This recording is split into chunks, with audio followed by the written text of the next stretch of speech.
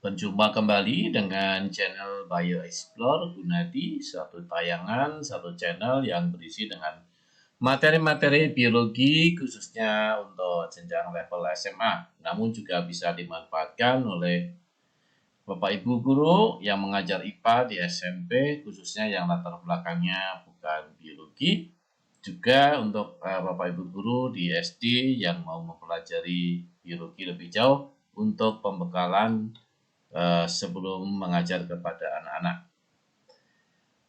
Tayangan kali ini membahas tentang perubahan lingkungan.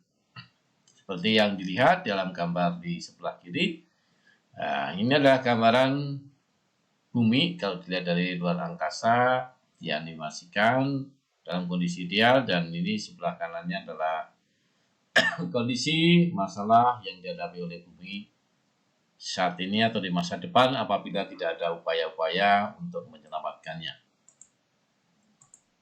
Ya, untuk perubahan lingkungan ada beberapa hal yang menjadi indikator pencapaian kompetensi bagi peserta didik, yaitu siswa dapat menjelaskan lingkungan yang seimbang, ciri-cirinya, kemudian lingkungan yang berubah, penyebab perubahan lingkungan, kemudian pencemaran dan dampaknya, pelestarian lingkungan, serta upaya pengelolaan limbah. Ya. Di gambar ini kita bisa melihat beberapa tayangan. Yang pertama ini adalah kondisi alam yang mungkin masih asli, belum terjamah oleh manusia. Kalau di Indonesia kita bisa temukan di Kalimantan, Sumatera, Papua.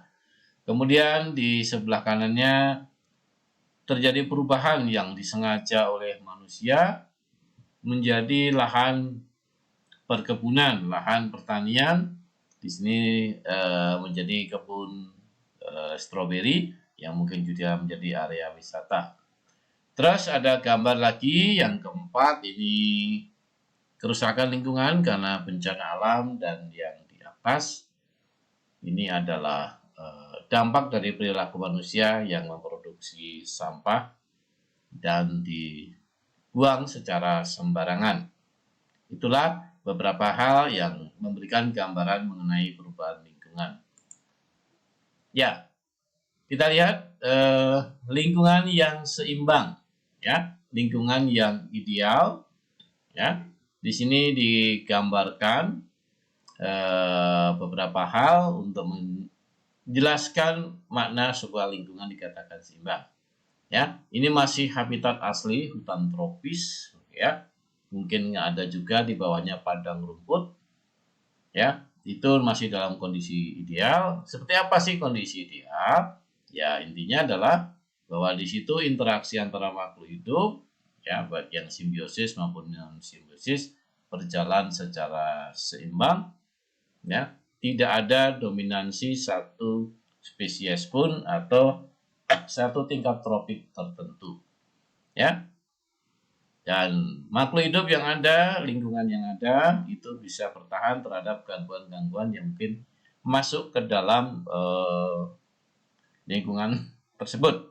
Nah, kemudian mempunyai daya dukung lingkungan yang baik, artinya sumber daya alam yang ada bisa mencukupi kebutuhan makhluk hidup yang mendiami tempat tersebut. Kemudian terbentuk lingkungan klimaks. Lingkungan klimaks itu yang sudah stabil, banyak pohon-pohonnya, kemudian terjadi keseimbangan dinamis. Jadi keseimbangan dinamis ini tetap keseimbangan di mana ada kematian, ada kelahiran baru, pertumbuhan tanaman yang baru untuk menggantikan yang mati. Sehingga terbentuklah pola perbandingan komposisi makhluk hidup dari setiap tropik itu membentuk yang dinamakan piramida ekologi, di mana produsen menempati jumlah yang paling banyak, kemudian yang paling sedikit tentunya adalah konsumen puncak, ya, seperti pada gambar yang ditunjukkan di sini. Kemudian tadi kita bicara tentang lingkungan yang seimbang, sekarang kita bicara lingkungan yang berubah. Ya, tentunya tinggal dibalik saja ciri-cirinya. pola interaksinya sudah tidak berjalan lancar karena adanya satu atau dua komponen makhluk hidup yang hilang atau jumlahnya berkurang. Sehingga rasio antara makhluk hidup dari produsen, konsumen 1, konsumen 2, sampai dengan konsumen puncak itu tidak membentuk pola piramida lagi. Ya, di sini digambarkan satu ilustrasi.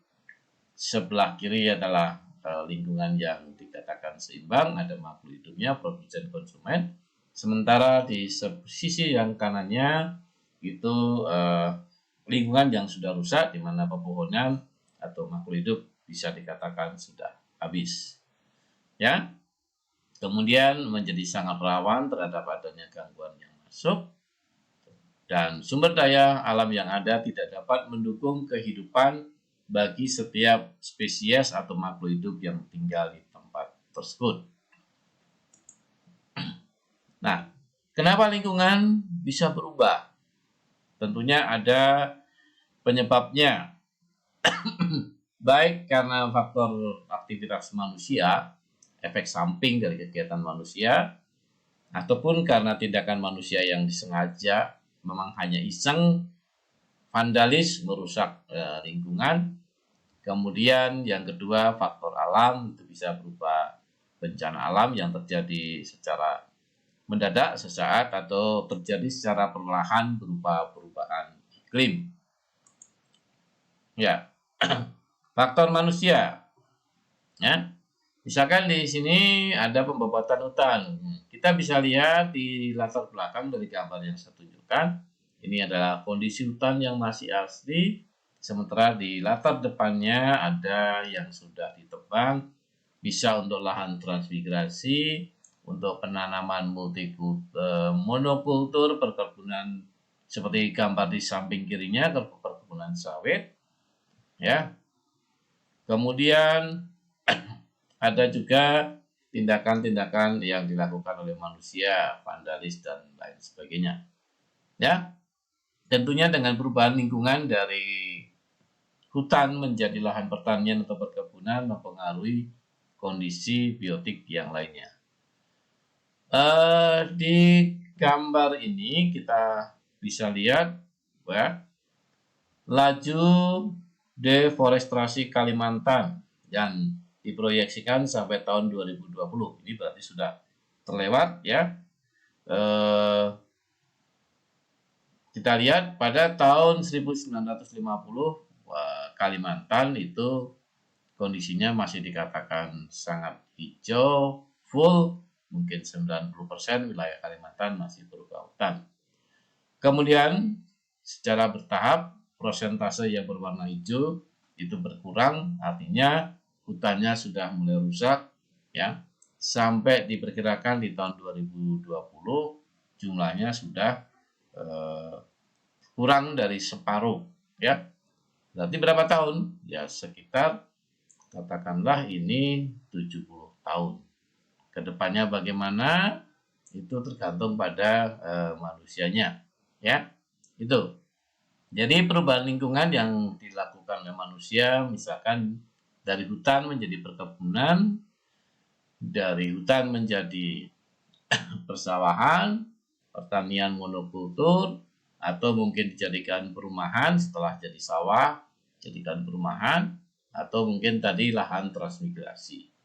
Kemudian ada juga yang hanya karena iseng dia melakukan tindakan-tindakan seperti mencoret-coret di bebatuan yang seharusnya dilindungi, atau dengan menggunakan pisau melengkai pohon untuk menuliskan sesuatu.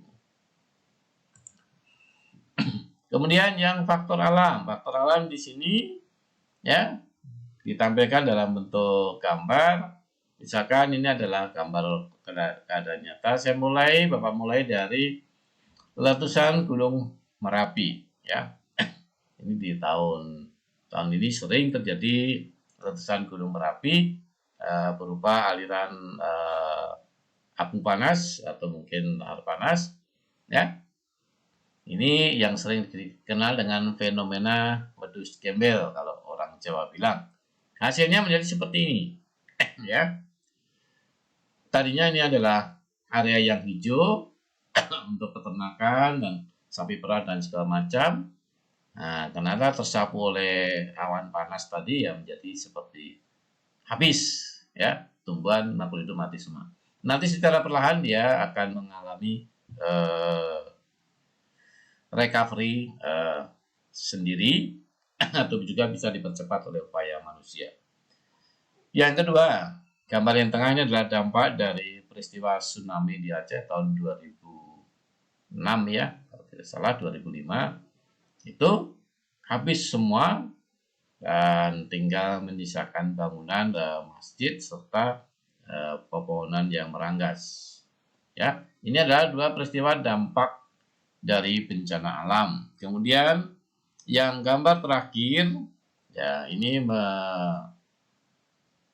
menunjukkan lokasi yang sama di puncak Jayawijaya di Papua atau Irian Barat. Kondisi ketika belum ada pemanasan global, di mana seluruh permukaan puncaknya tertutup oleh es, atau ada yang bilang salju abadi. Nah, sekarang situasi saat ini, ya, itu sudah semakin terlihat tebing-tebingnya, batunya, artinya lapisan esnya semakin tipis. Itu penyebab perubahan karena faktor alam. Ya, lantas apa yang bisa dilakukan? Ya, yang bisa dilakukan adalah upaya menyembuhkan lingkungan itu sendiri, ya, dengan melakukan tindakan-tindakan perilaku hidup yang lebih ramah terhadap lingkungan. Ya, di sini ada dua poster yang mengkampanyekan kesadaran manusia untuk memperbaiki alam, ya. Jadi inilah bentuknya, seolah-olah bumi sedang sakit, kemudian di sini ada harapan untuk diselamatkan oleh berbagai program manusia. Ya, demikian untuk tayangan pada kali ini. Kita membahas lingkungan, perubahannya, dan penyebab-penyebabnya. Kita akan bertemu lagi pada tayangan berikutnya mengenai peristiwa-peristiwa yang berkaitan dengan perubahan lingkungan, yaitu pencemaran. Semoga tayangan ini bermanfaat. Jangan lupa kalian memberikan dukungan terhadap channel ini dengan memberikan like, share kepada jejaring kalian, dan subscribe. Itu akan membantu untuk memperbaiki tayangan-tayangan berikutnya. Juga jangan lupa berikan kritik atau komentar. Terima kasih, semoga tayangan ini bermanfaat dan Tuhan memberkati kita semua. Amin.